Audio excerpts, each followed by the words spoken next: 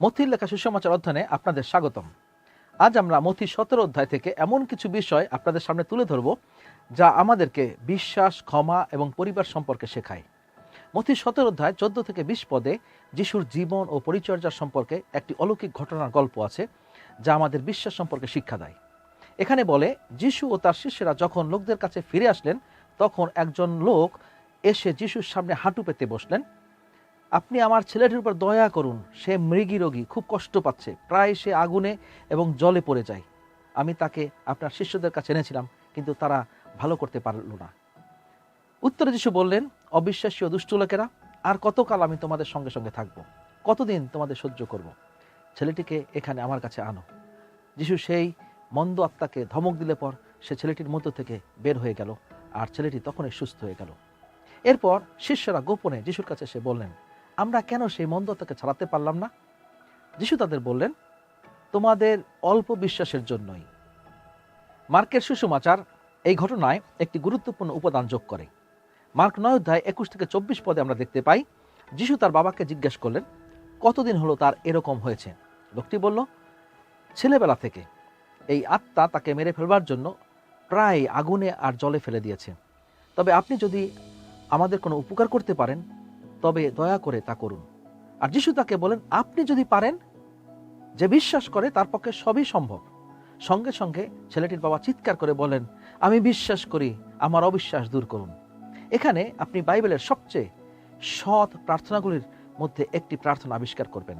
প্রথমে বাবা জিজ্ঞাসা করে, কিন্তু আপনি যদি কিছু করতে পারেন, আমাদের প্রতি করুণা করুন, সাহায্য করুন। যিশু করতে পারবেন কি পারবেন না এমন সন্দেহের জন্য যখন শাস্তি দেয়া হয়, তখন তিনি আবার সত্য কথা বলেন, আমি বিশ্বাস করি, আমার অবিশ্বাস দূর করুন। যিশুর কিছু করার ক্ষমতা নিয়ে কোনো প্রশ্ন নেই। অযৌক্তিক প্রস্তাব দেওয়া ছাড়া ঈশ্বরের পক্ষে অসম্ভব কিছুই নাই। অসীম ঐশ্বরিক জ্ঞানে পিতা এবং খ্রিস্ট কি করবেন তা নিয়ে কিছু প্রশ্ন থাকতে পারে, তবে ঈশ্বর কি করতে পারেন সে সম্পর্কে কোনো সন্দেহ নেই। আমাদের সকলের এমন একটা অবস্থা আছে যেখানে আমাদের বিশ্বাস স্বাভাবিকভাবেই থেমে যেতে চায়। কারোরই নিখুঁত বিশ্বাস নেই। আমাদের সকলের উচিত এই বাবার মতো প্রার্থনা করা, আমি বিশ্বাস করি, আমার অবিশ্বাস দূর করুন। এখানে এই সৎ প্রার্থনার আবেদন, আমার বিশ্বাসের স্তর বাড়াতে এবং আমার অবিশ্বাসের স্তর কমাতে আমাকে সাহায্য করুন। এই পিতার আন্তরিক প্রার্থনা এবং এই সৎ প্রার্থনার প্রতি যিশুর প্রতিক্রিয়া বিশ্বাসের একটি সুন্দর পাঠ। যিশু যখন তার শিষ্যদের সঙ্গে একান্তে মিলিত হন তখন তারা মূলত জিজ্ঞাসা করে, কেন আমরা মন্দ আত্মাকে তাড়াতে পারিনি? মথি 17 অধ্যায় 19 পদ যিশু আবার বিশ্বাস সম্বন্ধে একটি শিক্ষা দেন। তিনি উত্তর দেন, তোমার অল্প বিশ্বাসের কারণে। মথি 17 অধ্যায় 20 পদ। যখন আমরা এইরকম একটি গল্প আবিষ্কার করি তখন আমাদের বুঝতে হবে যে আমাদের বিশ্বাসের উপর আমাদের স্বাভাবিক সীমাবদ্ধতা রয়েছে। আসুন আমরা প্রার্থনা করি যেন ঈশ্বর ক্রমাগত তার প্রতি আমাদের বিশ্বাস বাড়িয়ে দেন। আমরা যখন মথি 18 অধ্যায় 15 থেকে 20 পদে এগিয়ে যাই, আমরা মণ্ডলীর অনুশাসন বিষয়ে একটি অপরিহার্য অনুচ্ছেদ খুঁজে পাই যা খ্রিস্টিয়ানদের সঠিক হওয়ার জন্য গুরুত্বপূর্ণ সম্পর্ক নিয়ে বলে। এটা বলে, তোমার ভাই যদি তোমার বিরুদ্ধে অন্যায় করে তবে তার কাছে গিয়ে যখন আর কেউ থাকবে না তখন তার দোষ দেখে দিও। যদি সে তোমার কথা শোনে তবে তুমি তো তোমার ভাইকে ফিরে পেলে, কিন্তু যদি সে না শোনে তবে অন্য দুজনকে তোমার সঙ্গে নিয়ে যেও, যেন 2 বা 3 জন সাক্ষীর কথায় এই সব বিষয়ে সত্য বলে প্রমাণিত হয়। যদি সে তাদের কথা শোনে তবে ভালো, আর যদি না শোনে মণ্ডলীকে বলো। সে যদি মণ্ডলীর কথাও না শোনে তবে সে তোমার কাছে অযোধী বা কর আদায়কারীর মতো হোক। আমি তোমাদের সত্যি বলছি, তোমরা পৃথিবীতে যা বাঁধবে তা স্বর্গেও বাঁধা হবে, আর যা খুলবে তা স্বর্গেও খুলে দেওয়া হবে। আমি তোমাদের আরও বলছি, তোমাদের মধ্যে 2 জন যদি একমত হয়ে কোনো বিষয়ে প্রার্থনা করে তবে আমার স্বর্গস্থ পিতা তোমাদের জন্য তা করবেন। কারণ যেখানে 2 বা 3 জন আমার নামে একত্র হয় সেখানে আমি তাদের মধ্যে উপস্থিত থাকি। এই অনুচ্ছেদে যিশু সহবিশেষদের তাদের পাপপূর্ণ পথ থেকে উঠে আসতে সাহায্য করতে একটি উচ্চ মূল্যবোধ রাখছেন। এখানে যিশু সাহায্য করার জন্য একটি পদ্ধতি দিয়েছেন। যদি আপনার ভাই বা বোন পাপে দোষীকৃত হন, যিশু ইতিমধ্যে মথি 7 অধ্যায়ে আমাদের নিজেদের বড় পাপের সাথে মোকাবেলা করার বিষয় এবং পৌল বচসায় ব্যস্ত হওয়ার বিষয় যে সতর্ক বার্তা দিয়েছেন তা মনে রাখার পরে দ্বিতীয় থেসলোনিকীয় 3:11 প্রথম তিমথিও 5:13 পাপে ধরা পড়া ভাই বা বোনের কাছে যান এবং বিষয়টি সম্পর্কে গোপনে কথা বলুন। তাদের প্রকাশ্যে বিব্রত করা থেকে বিরত থাকুন। তারা না শুনলে পরিস্থিতির সত্যতা প্রতিষ্ঠার জন্য সাক্ষী আনুন। যদি তারা তারপরও না শোনে, তাহলে মণ্ডলীর কাছে আনুন এবং মণ্ডলীকে তাদের মধ্যে কথা বলার চেষ্টা করুন। যদি তারা সমস্ত বিশ্বাসীদের কথা শুনতে অস্বীকার করে, শুধুমাত্র তখনই আপনি পরিত্যাগ করার শাস্তি দেবেন। প্রতিটি পর্যায়ে, এমনকি শেষ পর্যন্ত মুক্তি হলো লক্ষ্য। যদি পরিহার করার অনুতাপ আনে, ক্ষমা করুন, যেমনটি পৌল 2 করিন্থীয় 2:6-8 দাবি করেন। এইরকম একজনের জন্য আমাদের বেশিরভাগ লোক মিলে তাকে যে শাস্তি দিয়েছে তাই তার পক্ষে যথেষ্ট। তোমরা বরং এখন তাকে ক্ষমা করো এবং সান্ত্বনা দাও, যেন অতিরিক্ত দুঃখে সে হতাশ হয়ে না পড়ে। তোমাদের বেশিরভাগ লোক মিলে তাকে যে শাস্তি দিয়েছ তাই তার পক্ষে যথেষ্ট। তোমরা বরং এখন তাকে ক্ষমা করো এবং সান্ত্বনা দাও, যেন অতিরিক্ত দুঃখে সে হতাশ হয়ে না পড়ে। যিশুর মনের মধ্যে দয়ার এই চূড়ান্ত কাজটিও দৃষ্টান্তে দেখানো হয়েছে। যিশু মথি 18:23-35 এই সংহাত এবং মুক্তির প্রক্রিয়াটির সঠিক দিকটি বলেছেন।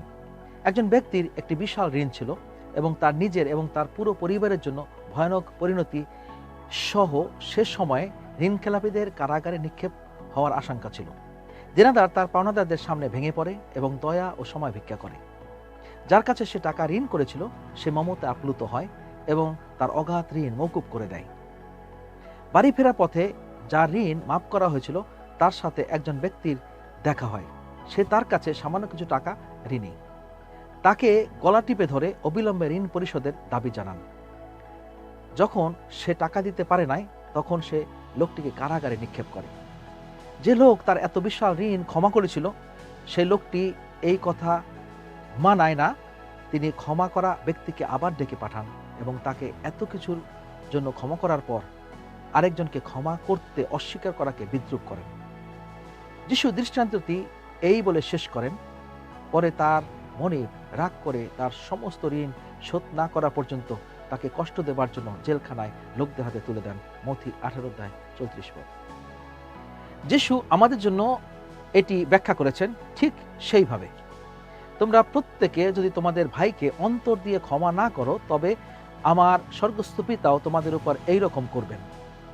মথি 18:35 আপনি নিখুঁত নন, তাই এমন সময় আসবে যখন আপনাকে এই গুরুত্বপূর্ণ কথাগুলো বলতে হবে। আমি ভুল ছিলাম, আমি দুঃখিত, তুমি কি আমাকে ক্ষমা করবে? অথবা তুমি ভুল ছিলে, আমি কষ্ট পেয়েছি, কিন্তু আমি তোমাকে ক্ষমা করে দিচ্ছি। আপনার খ্রিস্টিয়ান ভাইদের সাথে ঠিক কাজ করার জন্য আপনার দায়ভার রয়েছে। মথি 18:21-22 পিতর এসে যিশুকে বলেন, প্রভু, আমার ভাই আমার বিরুদ্ধে অন্যায় করলে আমি কতবার তাকে ক্ষমা করব? কি 7 বার? যিশু তাকে বললেন, কেবল 7 বার নয়, কিন্তু আমি তোমাকে 70 গুণ 7 বার পর্যন্ত ক্ষমা করতে বলি। এটি এমন নয় যে 449 বার করব, তারপর একটি ইট দিয়ে অপরের দিকে আঘাত করব। বরং যিশু আদিপুস্তক 4:23-24 লেমকের ঘৃণা ভরা প্রতিশোধের কবিতার গ্রিক সংস্করণ থেকে উদ্ধৃতি দিয়েছেন, যে লোক আমাকে জখম করেছে, অর্থাৎ যে যুবক আমার গায়ে হাত তুলেছে, আমি তাকে খুন করেছি। কোয়েনকে খুন করবার প্রতিশোধ যদি 7 গুণ হয়, তবে লেমককে খুন করার প্রতিশোধ হবে 77 গুণ। গ্রিক লেমকের 77, মথির 70 গুণ সাথে সাথে মিলে যায়। আমাদের কাছে একটি উদাহরণ এবং একটি সতর্কবাণী রয়েছে, ক্ষমা করুন। মথি 19 অধ্যায়ে যিশু ধর্মীয় নেতাদের সাথে একটি বৈরী কথোপকথনের মাধ্যমে আমাদের শিক্ষা দেন। যিশুকে জনসমক্ষে অসম্মান করার জন্য তারা বিবাহ বিচ্ছেদ নিয়ে যিহুদি ধর্মবেত্তাদের মধ্যে চলমান বিতর্কের বিষয়ে তার অবস্থান জিজ্ঞাসা করছিলেন। কোন স্ত্রীকে তালাক দেয়া পুরুষের জন্য বৈধ কিনা? মথি 19:3।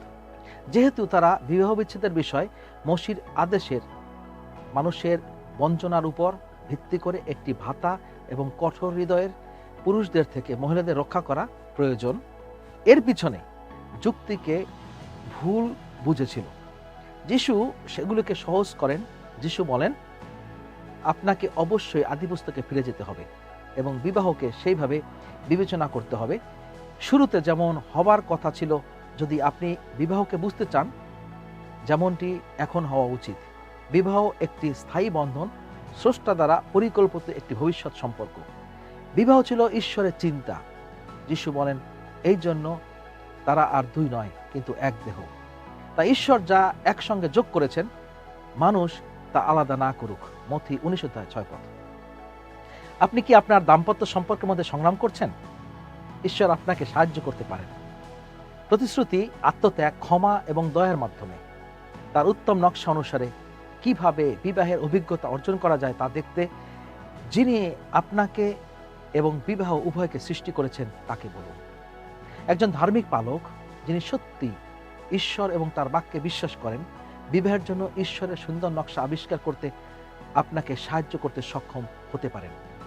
যদিও বিষয়গুলি এই মুহূর্তে আপনার কাছে আশাহীন বলে মনে হয়, বিবাহ হলো এমন একটি সংগঠন যা মূলত আমাদের সম্পর্কের মধ্যে ঈশ্বরকে সম্মান করার বিষয়।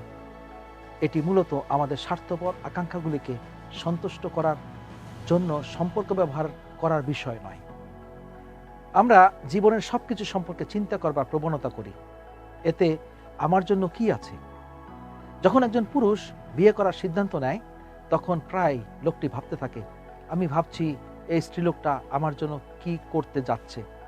পুরুষটি যখন নিশ্চিত হন যে এই স্ত্রীলোকটি বিয়ে করলে তার জীবনে আরও ভালো হবে, তখন তিনি বিবাহ বন্ধনে আবদ্ধ হন। সাধারণত স্ত্রীলোকটি একই কাজ করে। তিনি নিরাপত্তার কথা ভাবছেন এবং তিনি তার স্বামীর কাছ থেকে কি পেতে চাইছেন তা নিয়ে ভাবেন। এমনকি সংস্কৃতিও সেখানে পারিবারিক দ্বারা বিবাহের আয়োজন করা হয়, যেখানে স্বার্থ জড়িত থাকে, তবে এটি ব্যক্তিগত স্তরের পরিবর্তে সামগ্রিক স্তরে উত্থিত হয়। সাধারণত লোকেরা বিবাহে জড়িত হয় যেমন তারা বেশিরভাগ অনন্য বিষয়ে স্বার্থভাবেই জড়িয়ে থাকে। যিশু বলেছেন, আপনি যদি সত্যি বিবাহকে বুঝতে চান, তবে এই দৃষ্টিকোণ থেকে বিবাহকে দেখুন। এই বিয়েতে ঈশ্বর কিভাবে সম্মানিত হবেন? আমি আমার বিবাহকে সামলাতে গিয়ে কিভাবে ঈশ্বরকে গৌরব দিতে পারি? আমার সন্তানদের জন্য ঈশ্বরের ইচ্ছানুসারে আমি কিভাবে বিয়েতে নিজেকে স্থিতিশীল, সুরক্ষিত, ভালোবাসাপূর্ণ, যত্নশীল, স্থায়ী, ঈশ্বরকেন্দ্রিক হিসেবে পরিচালনা করতে পারি? আমরা মথি 19:16-20 দেখি, যেখানে আমরা 4টি সুসমাচারের 3টিতেই পাওয়া যায় এমন একটি গল্পে আসি। ধনী তরুণ শাসক, জীবন ও মর্যাদায় সমস্ত বস্তুগত আশীর্বাদে পরিপূর্ণ এক যুবক এসে যিশুর পায়ে পড়ে বলে, গুরু, অনন্ত জীবন পাবার জন্য আমাকে ভালো কি করতে হবে? তিনি তাকে বললেন, ভালোর বিষয়ে কেন আমাকে জিজ্ঞেস করছো? ভালো মাত্র একজনই আছেন। যদি তুমি অনন্ত জীবন পেতে চাও, তবে তার সব আদেশ পালন করো। সেই যুবকটি বলল, কোন কোন আদেশ? যিশু বললেন, খুন করো না, ব্যভিচার করো না, চুরি করো না, মিথ্যা সাক্ষ্য দিও না, মা বাবাকে সম্মান করো, আর তোমার প্রতিবেশীকে নিজের মতো ভালোবেসো। সেই যুবকটি যিশুকে বলল, আমি এগুলো সবই পালন করে এসেছি, তবে আমাকে আর কি করতে হবে? মার্ক এখানে একটি মজার বর্ণনা যোগ করেছেন। বলেছেন, এতে যিশু তার দিকে চেয়ে দেখলেন এবং ভালোবাসায় পূর্ণ হয়ে তাকে বললেন, যদি তুমি পুরোপুরি খাঁটি হতে চাও, তবে গিয়ে তোমার সমস্ত সম্পত্তি বিক্রি করে গরিবদের দান করো, তাতে তুমি স্বর্গে ধন পাবে। তারপর এসে আমার শিষ্য হও। মার্ক 10:21 কেন যিশু এই যুবককে এই 5টি কাজ করতে বললেন? যাও, বিক্রি করো, দান করো, আসো, আমাকে অনুসরণ করো। যিশু কি এর দ্বারা কি বুঝাতে চেয়েছেন? অনন্ত জীবন পাবার একমাত্র উপায় হলো যাওয়া, বিক্রি করা, দেওয়া, আসা এবং অনুসরণ করা? ব্যাপারটা এমন না। একটি পর্যায়ে আছে যেখানে যিশু আমাদের সবকিছু চান। আমাদের অবশ্যই ঈশ্বর রাজ্যের জন্য এবং খ্রিস্টের সেবার জন্য আমাদের নিজেদের জীবন সহ সবকিছু বিলিয়ে দিতে ইচ্ছুক হতে হবে। তবে ইচ্ছুক মানে বাস্তব নয়। একজন বিখ্যাত সুসমাচার প্রচারক বলেছিলেন যে আমরা খ্রিস্টের প্রতিমূর্তিতে রূপান্তরিত হওয়ার পথে জীবনে যত সংগ্রামী আসুক না কেন, কেউ কিছু গোপন রেখে যিশুর কাছে না আসে। কেউই যিশুর কাছে এসে এই কথা বলে না, এইটা ছাড়া আর কি প্রভু। যখন আমরা বলি এইটা ছাড়া আর কি প্রভু, এটাই সেই জিনিস যা ঈশ্বর বিবেচনার জন্য আলাদা করেন। যিশু ধনী তরুণ শাসককে নিজের জন্য জীবনযাপনের জন্য অনুতপ্ত হতে এবং ঈশ্বরের জন্য জীবনযাপনের দিকে ফিরতে বলছেন। যুবকের নিজের সম্পদ এবং অবস্থানের প্রতি ভালোবাসা এমন একটা সমস্যা যা উপেক্ষা করা যায় না। এই সমস্যাটি প্রতিটি ব্যক্তির জন্য ভিন্ন হতে পারে। যৌনতা, অহংকার, খাদ্য, বস্তু, সময়, বিনোদন, অলসতা, প্রতিভা ইত্যাদি। ধনী যুবক শাসকের বিপরীত অনুরূপ অবস্থানে থাকা আরও অনেকে খ্রিস্টের কাছে আসে যাদের সম্পদ লুকানো থাকে না বা আঁকড়ে ধরে রাখে না, বরং খোলাখুলিভাবেই এবং অবাধে এই কথা বলে, প্রভুর সামনে তুলে ধরেন, কিভাবে আমি আপনার সর্বোত্তম সেবা করতে পারি। এই ধনী তরুণ শাসকের সাথে যিশুর সাক্ষাৎকারটি আমরা যাকে শিষ্যত্বের মূল্য দেওয়া বলতে পারি তার উপর আলোকপাত করে। যিশু খ্রিস্টের অনুসারী হতে হলে কি কোনো মূল্য দিতে হয়? অবশ্যই দিতে হয়। যিশুকে বেছে নেওয়া হলো অন্য সব কিছুর ঊর্ধ্বে তাকে অনুসরণ করা বেছে নেওয়া। আপনার টাকা হলো তার টাকা, আপনার সময় হলো তার সময়, আপনি তার এবং আপনার যাহা কিছু আছে সবই তার। তবে শাস্ত্রের প্রত্যাশা এবং প্রতিশ্রুতির তুলনায় এই বলিদান আমাদের প্রভু যিশু ঈশ্বরকে জানার চিরন্তন আনন্দের তুলনায় কিছুই নয়। আপনার কি এমন কিছু আছে যা আপনি ঈশ্বরের চেয়ে বেশি লালন করছেন? আপনি কি পরিত্রাণের প্রত্যাশার জন্য একে ছেড়ে দিতে ইচ্ছুক হবেন? ধনী যুবক শাসকের মতো আজকে দুঃখ নিয়ে এভাবে চলে যাবেন না। অনুতাপে যিশুর বাধ্য হন, তার দিকে ফিরুন এবং আপনার অনন্ত আনন্দ খুঁজে পান।